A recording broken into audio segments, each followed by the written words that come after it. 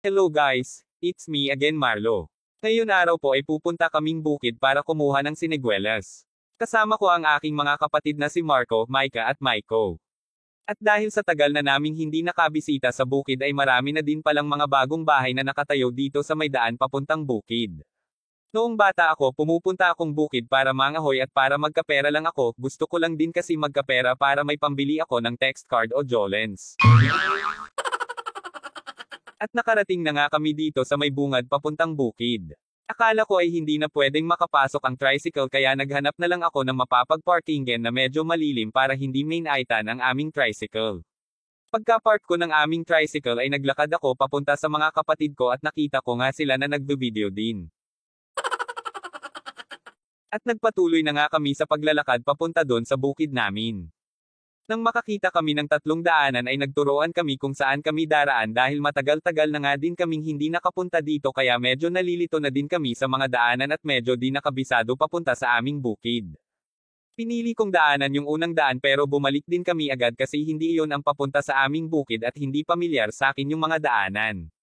Kaya sa pangalawang daanan kami pumasok at pamilyar na sa akin yung mga daanan kaya nagpatuloy na kami sa paglalakad hanggang sa matunten naman yung balon at poso na siyang palatandaan namin papunta sa bukid namin. At nagpatuloy lang ulit kami sa paglalakad hanggang sa maabot na namin yung puno ng mangga na siyang palatandaan na medyo malapit na kami sa bukid namin.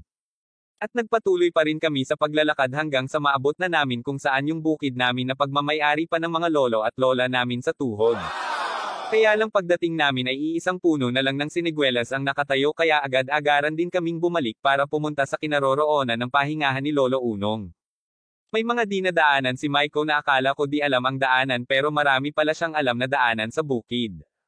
Tumiretso lang kami sa paglalakad sa matarik na daanan at sa wakas ay natunto na din namin ang pahingahan ni Lolo Unong at nakamangha din dahil marami pang puno ng siniguelas ang nakatayo at marami na ding mga bunga. Kinuha ko na din agad ang panungkit at sinimulan ko ng manungkit ng bunga ng siniguelas, may mangilan-ngilan ng hinog kaya hindi na namin pinalampas at kumuha na kami. May sinusungkit pa akong ayaw pakuha. Ubos na yung mga katabi niyang bunga pero yung mismong hinog di ko pa nakukuha. Umakyat na din ako sa puno para lang makakuha pa ng bunga dahil medyo mababa na lang ito at mahirap ng sungkitin dahil mahaba yung panungkit na ginawa ni Lolo Unong. Marunong akong umakyat sa puno pero ang problema ko ay hindi ako marunong bumaba.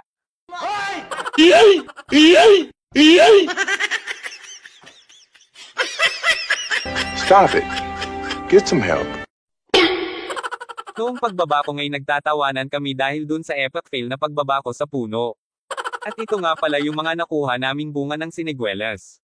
Papauwi na din sana kami nang maisipan naming kumuha na din ng bunga ng malunggay para iyon na ang ulam namin mamayang tanghalian at papartneran na lang ito ng pritong bangos.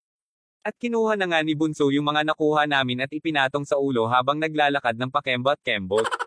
Ito nga po pala yung mga nakuha naming malunggay, saktuhan lang kinuha namin dahil hindi din naman namin mauubos kapag sobrang dami, may mga pinya din kaming nadadaanan kaso nga lang wala pa itong mga bunga.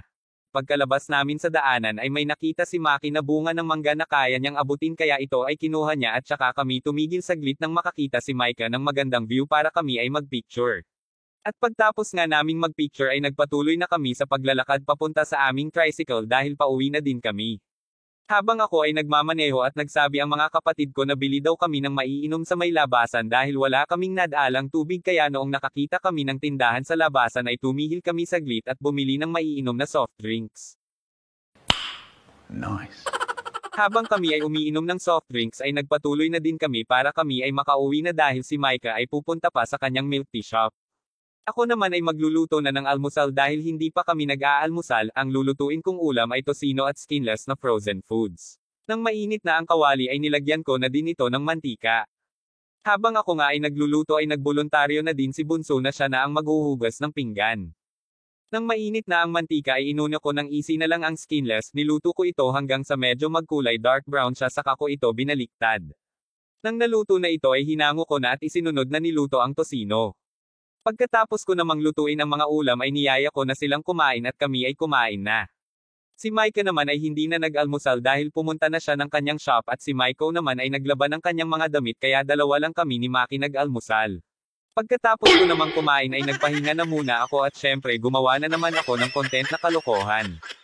Habang nagluluto naman si Maiko ng pagkain pang tanghalian ay nag-aayos din ako ng mga documents ko dahil may lakad ako bukas.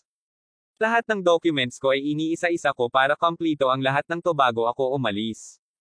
Pagtapos ko namang may ayos ang mga documents ko ay isinunod ko ng ayusin ang mga bihisan ko dahil hindi ko pa alam kung ilang araw ako tatagal sa Maynila bago ako makauwi. Pagtapos ko namang mag-ayos ng mga gamit ko ay saktong luto na ang pananghalian namin kaya ako ay pumunta na ng palengke para dalhin yung mga pagkain. Pagdating ko naman sa palengke ay medyo nagpaupo-upo muna ako dahil maaga pa para mananghalian at kakatapos ko lang din halos kumain ng almusal kaya hindi pa ako nagugutom. Hindi ko na nai-video ang pagkain namin ng pananghalian dahil naglaro ako ng mobile games at nakalimutan ko na mag-vlog kanina habang kumakain. Pagtapos nga naman pala namin kumain ay umuwi na muna kami ni Maki para siya ay maligo dahil ihahatid ko siya dun kila tatay dahil gusto niya daw makipaglaro sa mga pinsan namin. Pagtapos nga din pala niyang maligo ay agad ko na siyang hinitid kila tatay para siya ay makapaglaro na. Pagdating namin kila tatay ay akala namin na wala yung mga pinsan namin ngunit yun pala ay naliligo lang. Kaya iniwan ko na siya doon at sasanduan ko siya ng 4 PM. At sa tingin ko ay hanggang dito na muna ang akin vlog. Maraming salamat sa pagsama sa amin sa bukid hanggang sa pagkain. Hanggang sa susunod na kabanata ng aking vlog. Paalam.